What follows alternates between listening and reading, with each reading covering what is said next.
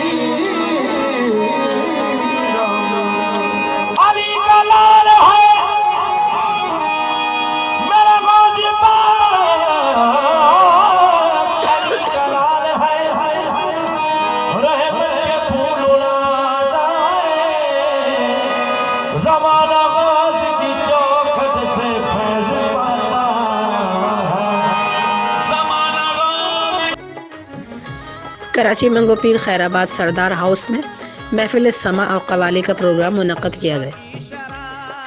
पीर सैयद सखी सुल्तान शाह काज़मी साहब को सरदार खलीफा ग़ुलाम सरवर साहब, सरदार जमशेद, सरदार ज़फ़र और सरदार नवीद को खुशामदीद कहते हैं। मेहमान ख़ुसूसी पाकिस्तान पीपल्स पार्टी चेयरमैन माई गाड़ी नवाज़ द्रोही और SHO मंगो पीर मलिक सरफराज ऐवान साहब, तमाम मुरीदान इलाक़े मकीन और दोस्तों की शिरकत।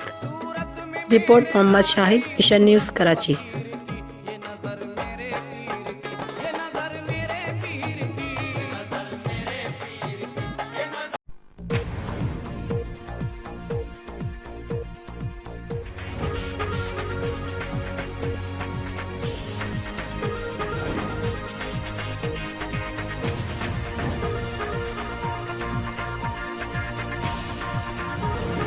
आप देख रहे हैं मिशन न्यूज़, पाकिस्तान की आवाज़।